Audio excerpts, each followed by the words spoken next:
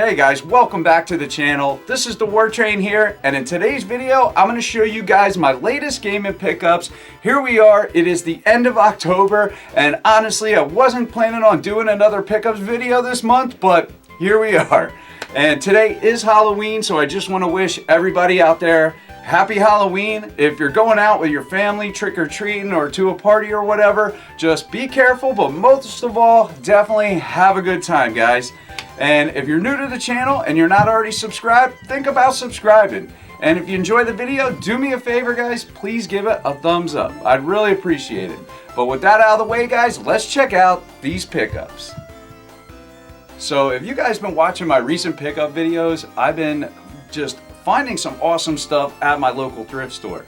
Now, when I first started going there, I really wasn't finding a lot of stuff. I'd find a couple Xbox games, maybe some PS2 or you know, PlayStation Portable or whatever, but not a whole lot of substantial things.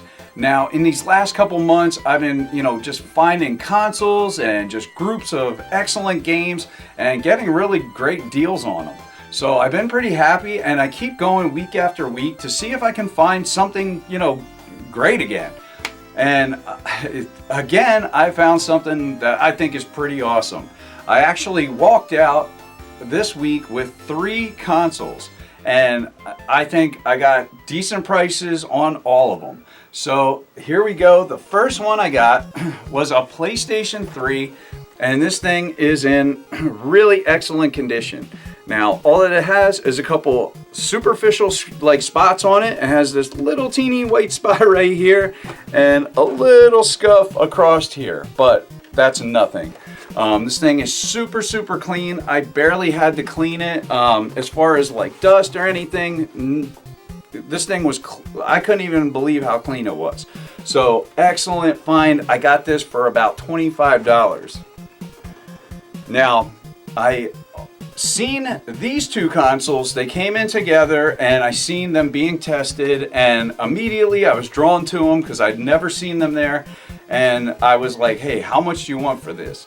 And they were like, hey, we're still testing. We're not putting them out yet. We got to figure out how much we're going to price them as, because, you know, the guy's like, honestly, since I got here, I've never seen one of these, you know, come in to sell. So he's like, it's not going to be the cheapest, probably because of that reason.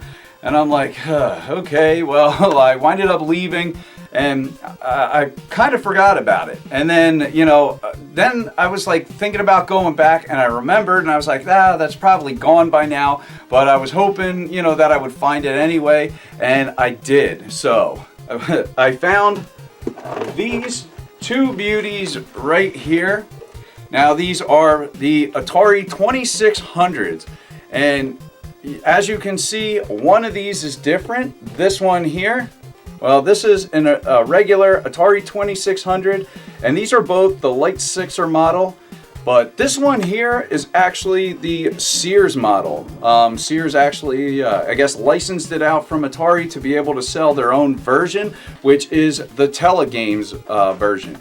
And as you can see, the wood grain is a little bit different. It has a different name, obviously. You can tell the difference by the switches. One's got the black, the other one's got that metallic silverish look.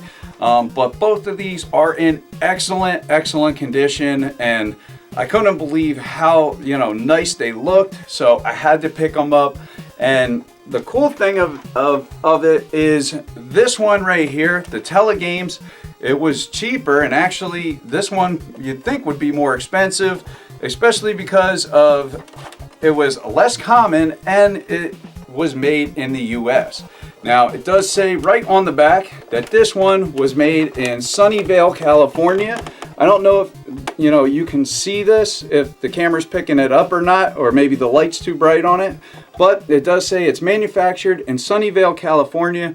The thing of that is, originally, even the 2600 was made there, but, you know, it's cheaper to do overseas, so eventually they went to Taiwan. And even the Sears version winded up going to Taiwan. But this one was one that was actually made in California, which in my eyes is super cool and makes this one a little bit cooler.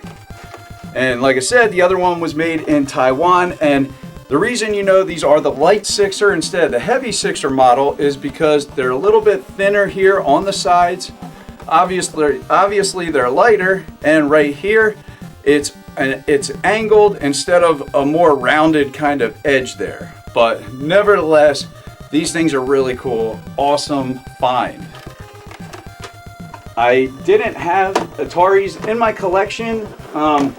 I did have it as a first console when I was a kid, so it was really cool to actually find these and add this to my collection again.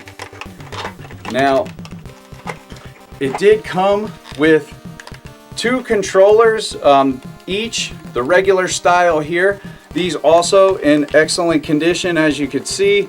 So really cool, standard stuff there.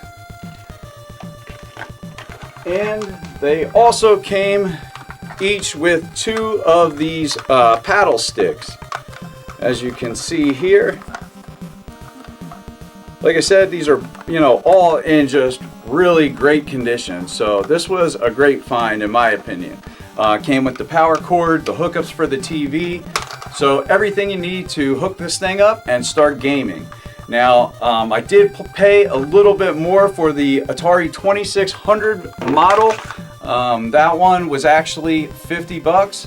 And the Telegames one was a bit cheaper, was $34. So, yeah, crazy that they had such a price difference. But whatever, I was happy to pick up both of these and now add these to my collection. So really happy that I was able to find those and get them before somebody else found them.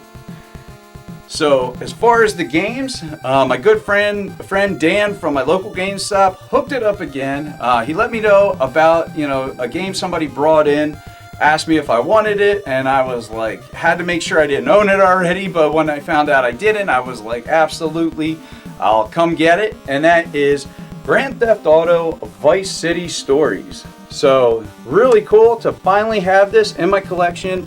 This thing is in amazing shape. It is complete. There's the manual in here, and there is also a poster in here. So really, really cool. I pulled the poster out, took a look at it, just in great condition. The disc is in great condition. So yeah, happy to add this to my collection for the PS2. And the next game I got was a newer release for the Switch, and that is Pikmin 3 Deluxe. So this was a Wii U game that was ported over to the Switch with some add-ons, and I think the coolest part of this deluxe edition is the co-op mode. I actually was playing this in co-op with my son because they put out a demo for this game, so a free demo. Me and my son were playing it, and it's a really cool game. Definitely a lot of fun to play with your kids. You know, I definitely recommend Pikmin 3 on the Switch. And the next one is an Xbox game, and the coolest part of this is it's ready for the Series X. This actually has, you know, both versions of the game on the disc, and that is Watch Dogs Legion. So as you can see, it has the little Series X sticker up in the top corner. You know, this is the first one that I do own that has that little sticker and just says Xbox here instead of Xbox One, even though the Control Ultimate Edition that I got is basically the same as this with both versions on the actual disc.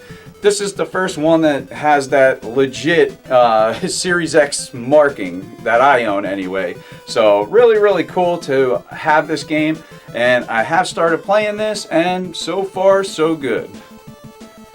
And the last pickups that I got, I wasn't expecting that this stuff was going to be released early like this. You know, maybe this was common knowledge. I didn't know it though anyway. I thought it would be released when the console releases, but I winded up getting the PS5 HD camera for the console and the PlayStation 5 media remote.